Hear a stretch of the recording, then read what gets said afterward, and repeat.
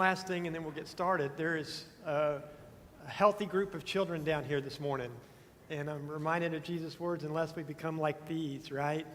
You know, and this is a beautiful picture of God at work in your community, so thanks to those that make that happen, so way to go.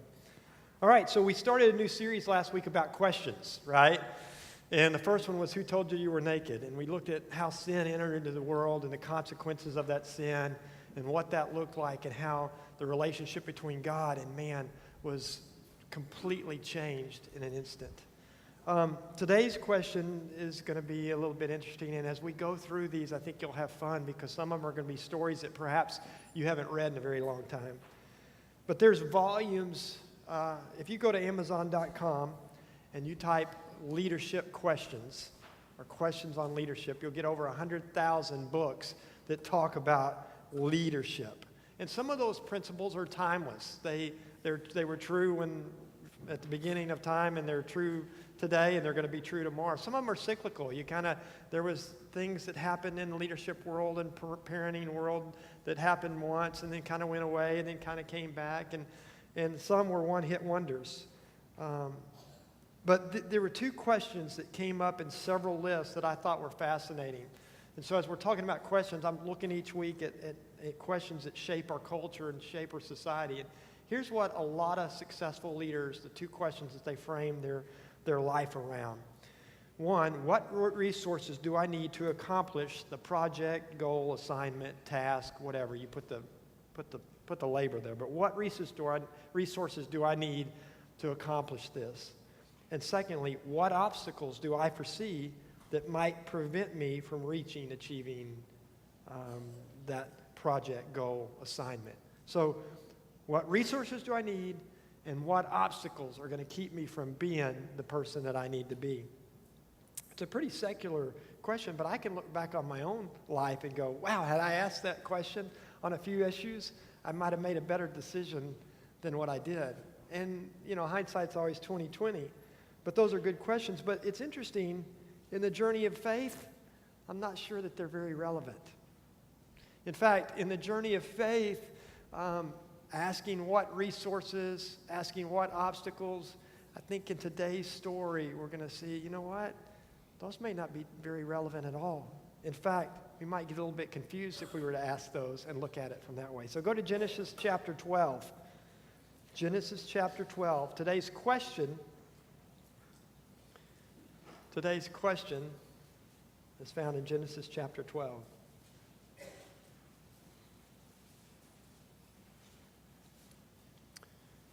And we're going to stay there, so just keep your finger there, because we're going to refer back to these, kind of walk through this whole chapter.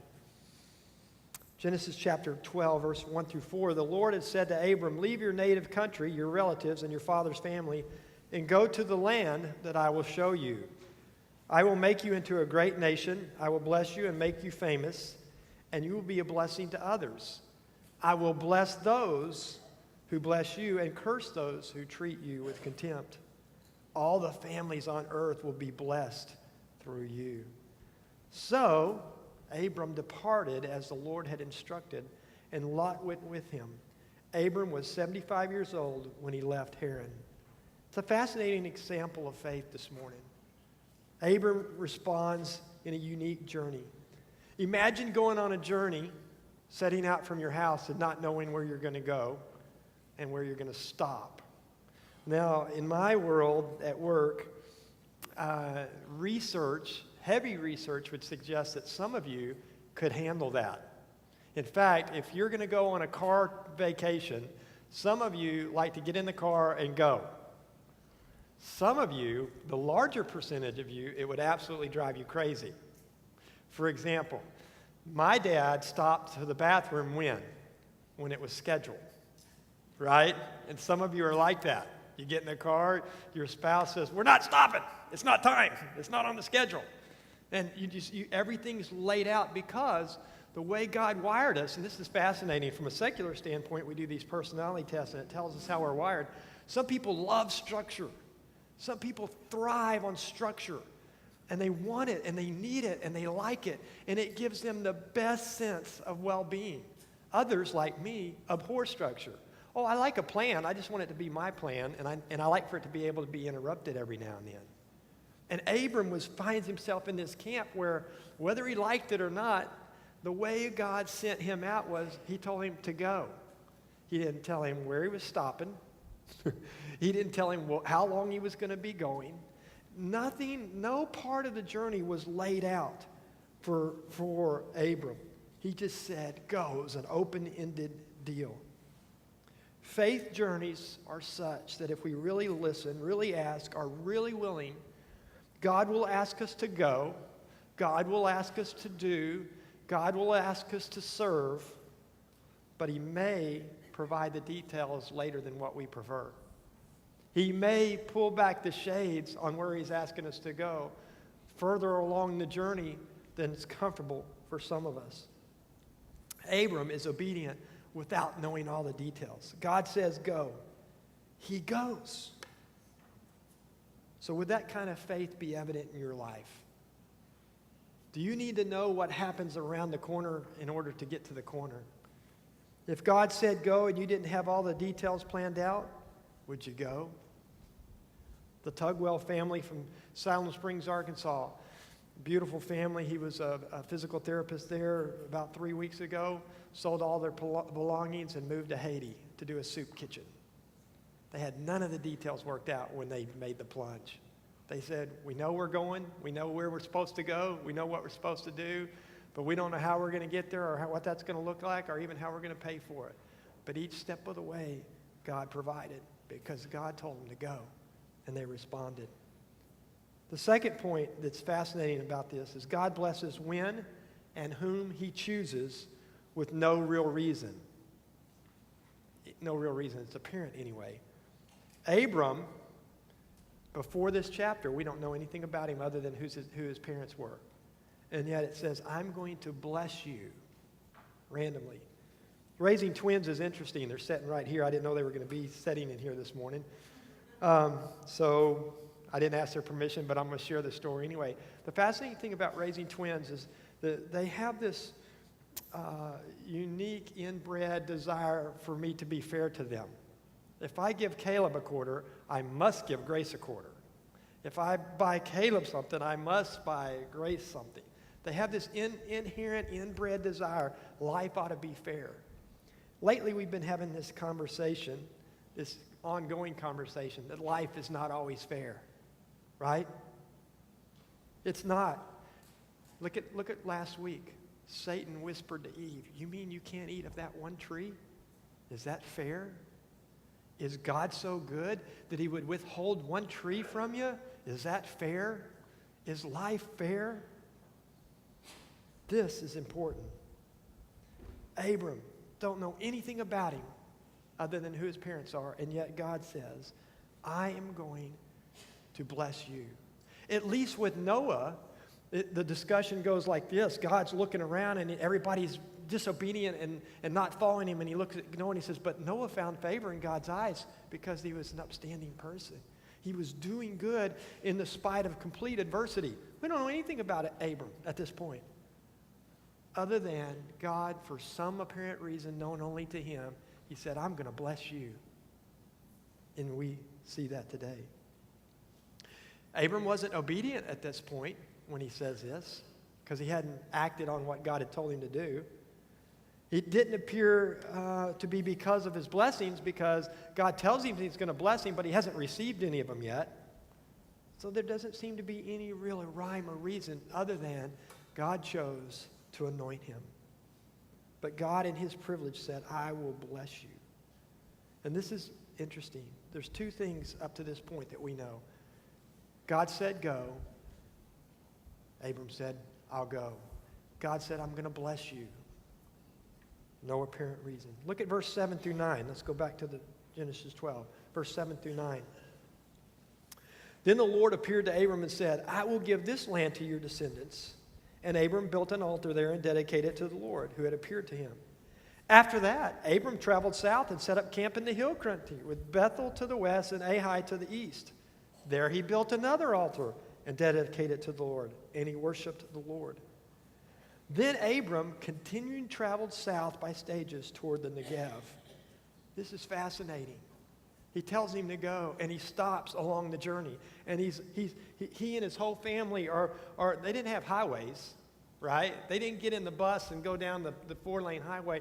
They're walking across, in many cases, desert. And the mass of people that becomes his family and all their belongings, they're nomadic tribe across the desert, across cities and countries and counties or however they were broken up in those days. They're a nomadic people.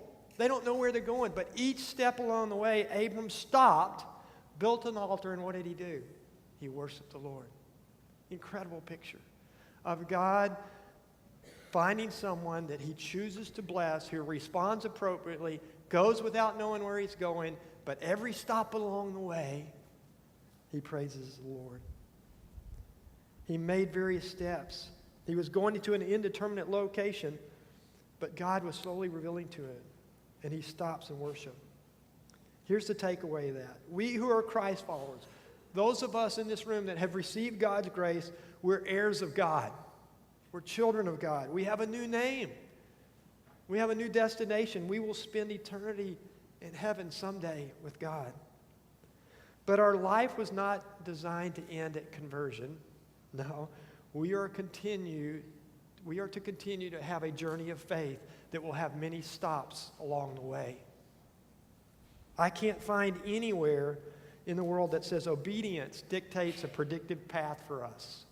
I can't find anywhere where it says if you submit to the Lord's leadership, A, B, C, D, E, F, G, that's the way your life's going to be laid out. In fact, those that we read about, the heroes of the faith, as they submitted themselves to the will of God, there were constant surprises along the way. There were constant bumps in their journey. There were constant stages in their life where they had to reevaluate and reassess and rebelieve and just say, man, I got to trust. God confirms our nomadic faith by giving us the Great Commission. And none of us are exempt from that great commission. Here's what happens, though. We get in our routine in our Christian faith, in our families too, right? And in our church. We get in a routine, and the routine goes unchallenged or unchanged. We fail to question the patterns and routine that we find ourselves in because it's somewhat uncomfortable. And then before we know it, our routine, our patterns have become our prisons. Hear me, what I said.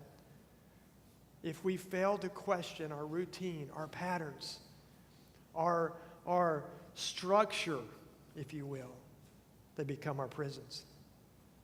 I believe that the Great Commission tells us that our faith is to go and to serve. And it looks a lot different than what most of us make it. Faith should require different things from you along our journey. And each step of the way, we reaffirm our love and commitment by worshiping the Lord like Abram did. We could learn a lot from that practice. Pausing along our journey to make sure we're doing what we're supposed to be doing. Getting our bearings, checking our coordinates. There were times Abram didn't even know where he was, And God says, this, here you are, look. But he paused to worship. Look at verse 10. Let's read verse 10 through 16. At that time, a severe famine struck the land of Canaan, forcing Abram to go down to Egypt where he lived as a foreigner. As he was approaching the border of Egypt, Abram said to his wife Sarai, "Look, you are a very beautiful woman. When the Egyptians see you, they will say, 'This is his wife, let's kill him.' They can't, then we can have her.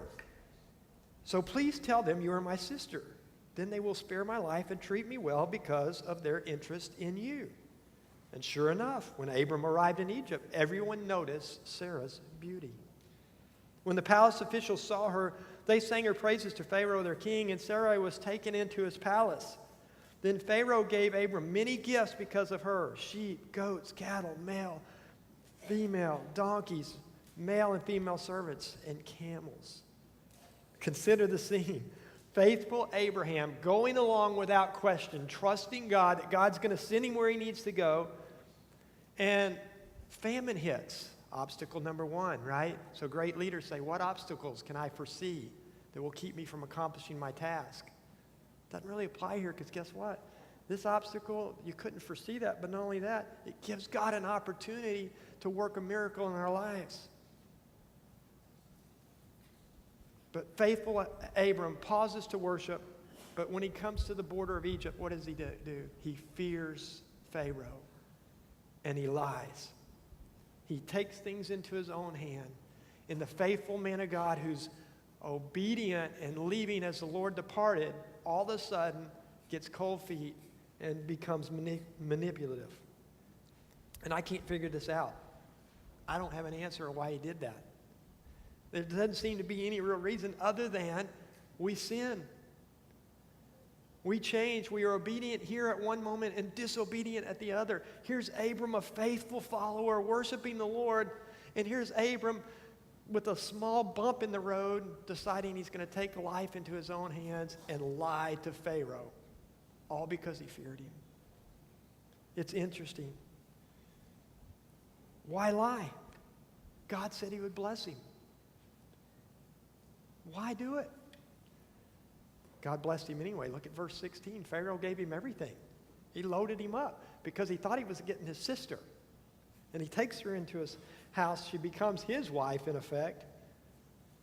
And God had blessed him in spite of his sin. God's favor, his grace, comes without reason, but because he wants to bless. He even blesses Abram in this moment of deceit. So what happened? Look at verse 17. But the Lord sent terrible plagues upon Pharaoh and his household because of Sarai, Abram's wife. So Pharaoh summoned Abram and accused him sharply. And this is our question of the day. What have you done to me? He demanded. Why didn't you tell me she was your wife? Why did you say she is my sister and allow me to take her as my wife? Now then, here is your wife. Take her and get out of here. Verse 20. Pharaoh ordered some of his men to escort them, and he sent Abram out of the country along with his wife and all his possessions. The question for the day, why have you done this to me? He did it. He lied to him.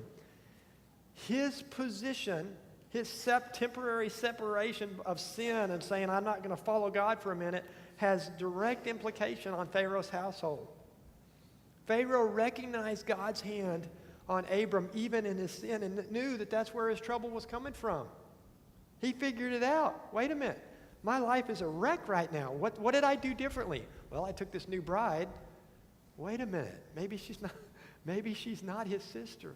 He knew based on Abram's obedience and faith and his story, and he makes we don't know this for a fact, but somehow he comes to the conclusion without Abram telling him, that's really his wife. So neither Pharaoh nor we really get an answer, do we? Abram doesn't tell him why he did it. He really doesn't have an answer. It was sin. It was disobedience. But in spite of that, he sends Abram and his family away. And notice how he did it. With all the gifts that he'd given him. We started the chapter that I'm going to bless you, Abram. And he gets a boatload of gifts, even in his deceit. Here's some suppositions as to why possibly Abram did this. One, he forgot the promise. Right? He said, I'll go. God said, go. I'm going. He said, I'll bless you. Okay, great. I love that. This is the good stuff. You're going to bless me. Great. He forgot the promise. Because had he remembered that when he approached the border, what's the big deal? God's going to bless me. Pharaoh means nothing to me. God is the God of the universe. He's awesome in power. More power, more love. We sang about that this morning. That's who God is. So he forgot. He momentarily forgot God's promise that I will bless you. The second thing he did is he considered the small problem in front of him. He saw Egypt for something that it wasn't. He saw it as a threat to him. He saw it as a bump in the road that, hey, I need to fear this guy because he has the power to do something to me that would be negative. He could kill me. He says, I'm going to tell them you're my sister so they don't kill me. And if they think you're my sister, they're going to treat me kindly. He considered the small problem in front of him instead of the big picture. God that blessed each step of his journey to this point would certainly have protected him from mean old Pharaoh, right? Who's Pharaoh in before God? The third thing, he feared Pharaoh more than he feared God. Hear that. He feared Pharaoh more than he feared God. He's following, he's obedient, he's serving, but when he thinks about the awesome might and power of Pharaoh, he immediately gets afraid and his position changes. His sin of deceit affected not only him, but it affected Pharaoh's household. Pharaoh got sick, and all his family was cursed with plagues. Shouldn't be a surprise to us, right? Because if you curse, God says in the first couple verses, I'm going to bless you. People that bless you are going to get blessings. People that curse you, it's not going to be good for them. And that's exactly what happened, even though it was deceit. So a couple things before we end. What about you? What about us? Do we do the same thing? Have we forgot the promises of God? Have we listened to the whispers of the enemy that tells us we're not good enough? That tells us that we need to have a bank account XYZ big, otherwise famine's going to come and destroy us? Are we afraid to share the good news because our reputations might be tainted? Are we afraid to step out and do something because our hips hurt or our feet hurt? Have we forgot the promises of God that if we seek him and seek his face, he'll bless us? Have we forgot that we're his children? Abram temporarily forgot the promise of God and the blessing of God. Do we do the same thing? How about this? Do we focus on the small sometimes? The problem that lies right immediately in front of us at the expense of the big picture? That God is all powerful, all knowing, and is standing right beside us. He's before us, behind us, and with us. Have we forgot that? The third thing we can take away from this. Abram feared Pharaoh at that point more than he feared God. And I'm afraid sometimes we do too. We fear man more than we fear God. Because why else would our baptismal waters ever be still? If we were out engaging the community and being salt and light to the world in unabated just passion, no fear, if we had a fearless faith, we'd be busting at the seams every week. And yet, we don't. I'm afraid it's because we fear God. We fear man more than we fear God. Lastly, sin has consequences, and they may not always be about you. There's a ripple effect. Abram's sin of deceit, his lying, we don't have any real evidence at that point that he paid a huge price for it. In fact, it looks like he came ahead of the deal, right? I mean, he comes with a certain amount of wealth and he leaves. Pharaoh loaded him up and sent him away with it. But Pharaoh's house was plagued because of his deceit. Sin has consequences. We learned that last week. We learned that this week. And sometimes we don't know what those consequences look like. So we began today's journey with two questions. What resources do I need to accomplish the task that God has laid before me? And what obstacles do I foresee that might prevent me from reaching that? They're really irrelevant because in the journey of faith, we don't know what resources we're going to need. God says he's given us all we've needed at all times along our journey and will give us more as we need it. And no obstacle is too big for God. No obstacle is too big. The obstacle of famine and drought and Pharaoh was nothing for the obedient Abraham, but he forgot. In our journey of faith, the unforeseen is often the road to take. There will most certainly be obstacles, but God will provide. It's his promise. Let me repeat that. In our journey of faith, the unforeseen is often the road to take. We don't always know where it's going to lead. There will most certainly be obstacles, but God will provide. It's his promise. The invitation today, we do an invitation here, and I've said this several times. Why do we do them? It's our tradition. It's our pattern. Maybe perhaps it's time to question that, but as long as we do them, I'm going to give you a chance to respond. Perhaps you find yourself somewhere on your journey of faith today. Maybe you don't know the Lord. You've never embraced him for your own personal walk to begin. You can do that. One of the ways they do that, come down there. Someone will be here to greet you. We can have that conversation. But for those of you that are people of faith and somewhere on your journey, what promises do you need to be reminded of today that God made to you and sealed with the life and death and resurrection of his Son? What promises do you need to be reminded of today? And what areas have you taken your eye off the big picture and focused on the small thing that's in front of you that seems big? Respond to the Lord as only you can. Let's stand and pray.